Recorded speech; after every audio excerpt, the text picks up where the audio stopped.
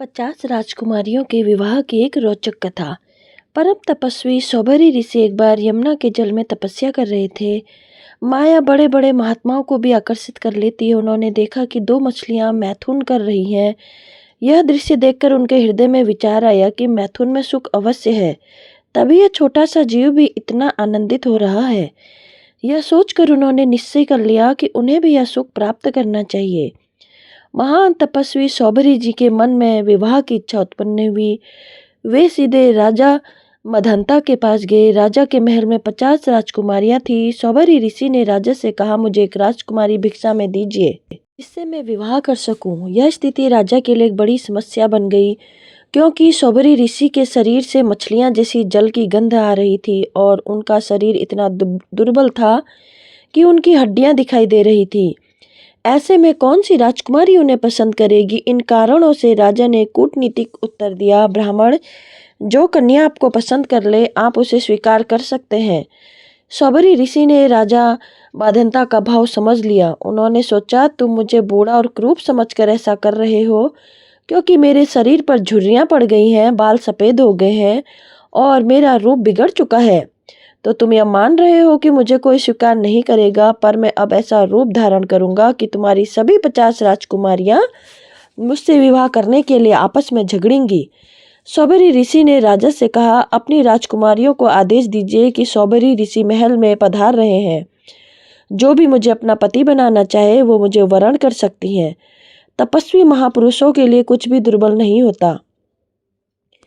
सौभरी जी ने अपने संकल्प से अत्यंत सुंदर रूप धारण कर लिया, लेकिन जब कामना जागृत हुई तो भजन और तप का प्रयोग कहाँ होने लगा। सौभरी जी के सुंदर रूप को देखकर 50 राजकुमारियां उनसे विवाह करने के लिए दौड़ पड़ी और अंततः सभी ने उन्हें अपना पति बना लिया। वे 50 कन्याएं इतने सामर्थ्यशाली महात्मा को अपने पति के रूप में पाकर अत्यंत सुखी हो गई, लेकिन जल्दी ही वे एक दूसरे से कलह करने लगी और कहने लगी, यह तुम्हारे योग्य नहीं है बल्कि मेरे योग्य है। इस स्थिति को देखकर सौभरी जी ने कहा, झगड़ो मत, मैं तुम सबके योग्य हूँ। अपनी तपस्या के प्रभाव से उन्होंने नई सृष्टि की रचना की। यमुना किनारे उन्होंने कई महल, उपवन और नगरों का निर्माण कर दिया। सुगंधित पुष्पों के बगीचे, कमलों से भरे सरोवर और सुंदर सुंदर स्थानों के साथ महलों में बहुमूल्य सेयाएं, आसन, वस्त्र, आभूषण, दास दासियां, यह सब उन्होंने अपनी तपस्या से प्रकट कर दिया। अब सौभरी जी के पास एक राजा के समान वैभव था। जब सौभरी जी 50 कन्या राजकुमारियों से विवाह करके अपने नए जीवन की ओर बढ़े, तो राजा माधंता के मन में यह चिंता थी कि इतने बड़े परिवार के लिए यह ऋषि भोजन और अन्य आवश्यकताओं की व्यवस्था कैसे करेंगे। इस पर सौभरी जी ने राजा से कहा, कल यमुना किनारे आकर देख लेना। अगले दिन जब 7 दीपों वाले इस विश्व के राजा माधंता यमुना किनारे पहुंचे तो सौभरी जी का अद्भुत वैभव देखकर आश्चर्यचकित रह गए। उनके पास ऐसी भोग सामग्री थी जो स्वयं राजा माधंता के पास भी नहीं थी। यह सब सौभरी जी तपस्या के बल से संभव हुआ। सौभरी जी की ग्रस्त जीवन के सुखों में रम गए और अपनी इंद्रियों से विषयों का भरपूर सेवन करने लगे।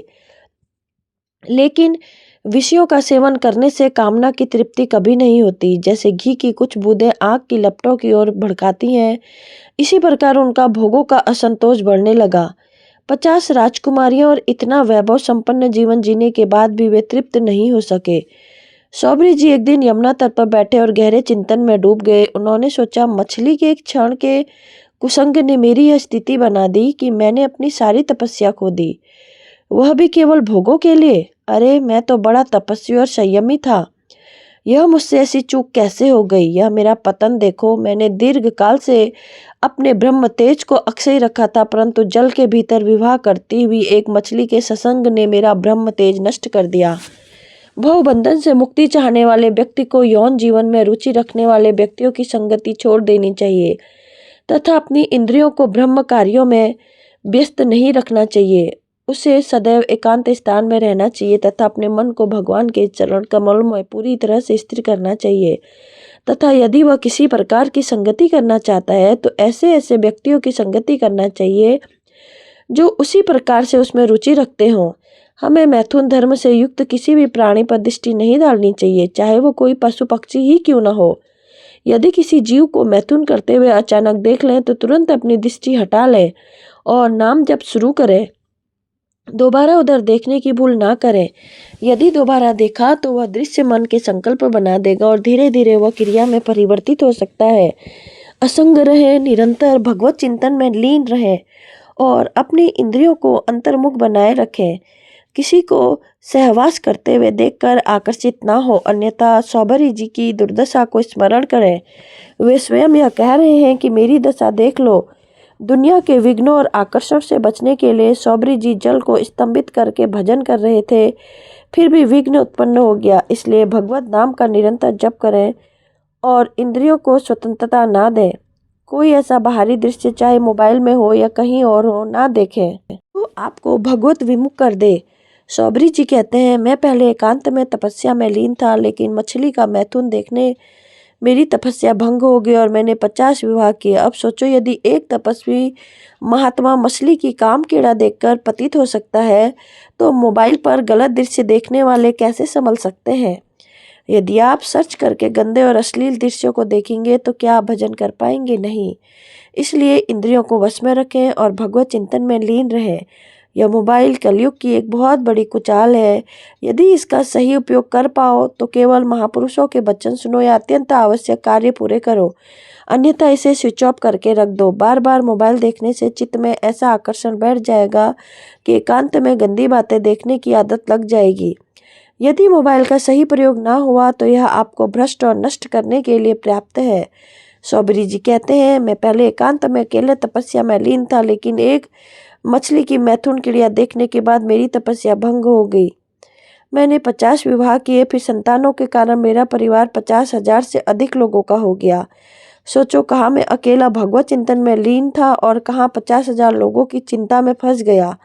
विषयों में सतबुद्धि मान लेने के कारण माया ने मेरी बुद्धि का हरण कर लिया। सौभरी जी को जब यह ज्ञान हुआ तो उन्होंने तत्काल संन्यास लिया और वन को चले गए। अपने पति को ही सर्वस्व मानने वाली उन पत्नियों ने एकांत वन में भगवत चिंतन करते हुए शरीर त्याग दिया। सौभरी जी ने घोर तपस्या करके अपने शरीर को सुखा दिया और अंततः परमात्मा में लीन हो गए। उनकी 50 पत्नियां सौभरी जी के चरण चिंतन और भगवत आराधना के बल पर उत्तम गति को प्राप्त हुई। सौभरी जी के पावन चरित्र से हमें यह शिक्षा लेनी चाहिए कि किसी भी जीव को मैथुन करते हुए कदापि नहीं देखना चाहिए। यदि एक बार दृष्टि चली भी जाए तो दोबारा उधर ना देखें। ऐसा दृश्य मन में स्फुरणता पैदा करता है, जो संकल्प का रूप ले लेती है और अंततः क्रिया बन जाती है। इसलिए शुरुआत में ही कुचल देना चाहिए। इसके लिए नाम जप भी करें ताकि स्फुरणता समाप्त हो जाए और मन में कोई संकल्प पनपने ना पाए। यही हमारे लिए उत्तम मार्ग है। जय श्री राधे कृष्णा।